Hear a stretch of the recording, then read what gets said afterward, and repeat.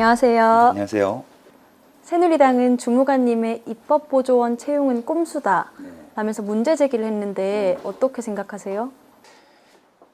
채용이라는 단어가 적절한지는 모르겠지만 입법보조원으로 지정이 됐고 국회로 출근하거나 그런 건 아닙니다.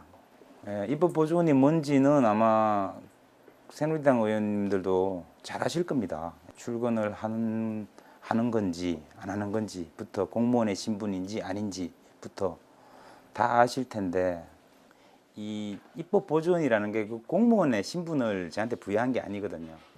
입법 활동을 하시는데 자문을 하고 제가 공익제보 당사자로서 그 실상을 조금 더 가깝게 접했기 때문에 그런 부분을 또 말씀드릴 수 있고 해서 그 자원봉사의 개념으로 저는 활동을 하고 있는 것입니다.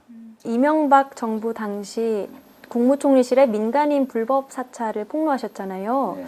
그 모르는 분들도 있으실 것 같은데 민간인 불법 사찰은 2008년 촛불 집회가 일어나는 시기에 김종익 씨를 이제 국무총리실이 사찰을 한 거였거든요. 2010년에 이에 대한 수사가 있었고 이 수사 과정에서 증거인멸이 이루어졌는데 당시 수사는 총리실 공무원들의 어떤 일탈 행위로 이렇게 마무리가 되었는데 이제 그것이 아니고 이 증거인멸은 청와대의 지시로 이루어진 것이다. 청와대가 주도적으로 모든 것을 해서 이루어진 것이다라고 제가 폭로를 했던 것입니다. 청와대에서 제가 받은 지시는 이 컴퓨터를 완전히 부수라는 거였었어요. 부숴서 쓰레기통에 버리든지 아니면 그냥 강물에 갖다가 한강에 버리든지 이런 지시였는데 민정수석실하고 검찰하고 조율이 다 돼 있어서 문제 삼지 않는다고 했기 때문에 그리고 이거는 제가 뭐 제 잘못을 회피하려고 말씀드리는 게 아니고 사실이 그렇습니다. 두 차례 수사와 재판을 받으시면서 검찰이나 법원에 대해 어떤 느낌을 받으셨어요? 검찰의 수사는 제가 받은 느낌을 말씀드리자면 수사를 하는 기관이라기보다는 어떤 결론을 정해놓고 그 수사 과정을 통해서 그 결론을 향하도록 짜맞추는 기관. 그래서 권력, 청와대 그리고 자기 자신들의 그 안위를 위하는 기관.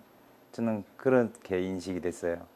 검찰이 불법 사찰하고 증거인멸 수사를 2번 했는데 제가 당시에 그 포장도 뜯지도 않은 5천만 원짜리 덩어리 관봉이라고 부르는 이 돈의 일련번호뿐만 아니라 이 덩어리의 일련번호 제작번호가 다 있는 거였기 때문에 추적을 해서 이게 어디서 나왔는지 또 누가 줬는지 저는 민정수석실에서 준 걸로 알고 있고 그런데 검찰에서 수사가 전혀 진행이 안 됐어요. 전혀 오히려 어떻게 알아봐도 이것은 파악할 수 없더라 뭐 이런 결론을 내렸고요. 그 돈을 저한테 전달한 분은 돌아가신 그 장인어른한테서 뭐 받아놨던 그 돈이라고만 해명을 했었는데 그것은 이제 사실이 믿을 수 없다라고 검찰이 인정을 하면서도 출처는 모르겠다.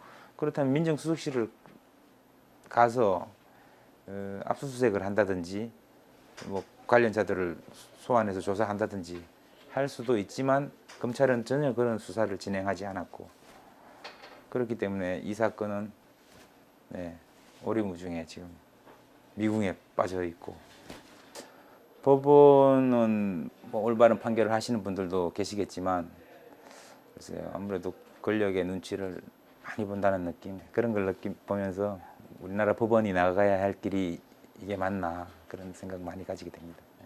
불법 사찰 당시 언론의 행태는 어땠었나요?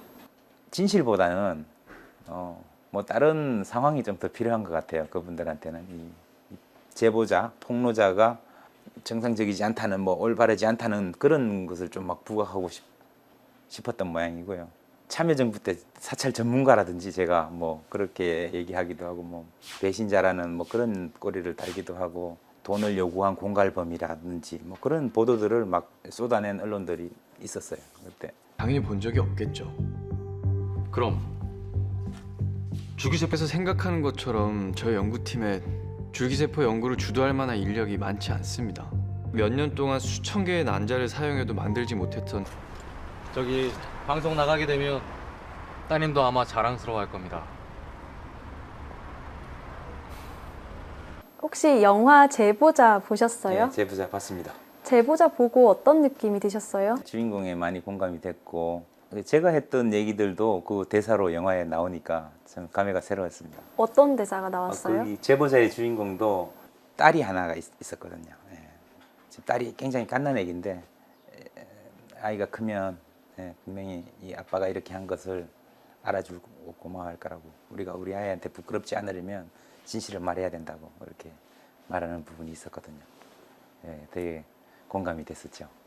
아직은 이 사건은 잘 모릅니다. 우리 아이들은 다만 이 사건 때문에 아빠가 회사를 그만뒀다라는 정도를 알고 있고, 제가 블루게이트라는 책을 집필할 당시에 한 2달 가량을 컴퓨터에 앉아서 책만 썼기 때문에 작은 아이는 아빠가 뭐 작가 아닌가 이렇게 생각하기도 하고 했었는데, 나중에 크면 아빠를 좀 자랑스럽게 생각해 줬으면 좋겠고 계속 친구같이 재미있게 지냈으면 좋겠습니다. 우리나라가 불법 사찰건을 제대로 처벌하지 않았기에 국정원 댓글 사건으로 이어졌다라고 말씀을 하셨더라고요. 민간인 사찰과 국정원 댓글 사건이 저는 큰 맥락에서는 같이 있다라고 보고 있거든요. 같은 맥락이라는 거는 어쨌든 이 정권을 유지하기 위해서 이런 범죄 행각을 벌였다는 그런 내용이고요. 근데 이제 큰 차이점이 이 불법 사찰 사건 같은 경우에는 이제 저와 총리실 일부 직원들을 꼬리 자르기 하면서 처벌했다는 것이고, 국정원 댓글 사건은 이 상부의 지시를 받아서 이루어진 일이기 때문에 밑에 부하 직원들은 죄가 없다는 그런 기소를 하지 않았거든요, 검찰이. 국정원 사건을 지나면서 상부의 지시를 받아서 저지른 범죄이기 때문에 부하 직원들은 처벌하지 않는다라고 다시 바꿨기 때문에, 이제는 뭐 불법이든 합법이든 관계없이 상부가 지시하면 무조건 따르라라는 또 메시지로 또 주는 것 같고, 저로서는 상당히 억울하죠. 집필하신 책에서 주무관님을 거듭 영혼 없는 공무원이라고 표현하셨더라고요. 그때는 그랬죠. 아무래도 인사권이 위에 있기 때문에 그런데, 나도 그건 모르겠네요. 시키는 대로 하지 않을 수가 없거든요. 근데 거기 조직 문화에서. 왜냐하면 총리실 같은 좀 작은 부처도 수백 명이 있거든요. 그리고 좀 큰 부처들은 수천 명 단위로 있는데, 첫 발령을 받아서 가보면 이미 그렇게 쫙 틀이 갖춰져 있어요. 거기에서 누구 하나 시키는 대로 하지 않는 사람이 없거든요. 그래서 원래 이런갑다 하면서 그냥 일을 했었죠, 그때는. 우리 주변의 직장인 그리고 공무원들 모두 잠재적 장진수일 수 있다라는 말씀을 하셨는데요. 저처럼 어떤 권력이나 뭐 힘을 가진 사람들에 의해서 그냥 이용될 수도 있고요. 이게 또 잠재적 제보자일 가능성도 상당히 있습니다. 이 최근에 간첩 조작 사건, 세월호 사건 이렇게 쭉 거치면서 이 시민들께서 가장 궁금해하시는 거는 도대체 어떻게 된 거야, 그거 진실이 뭐야, 이거거든요.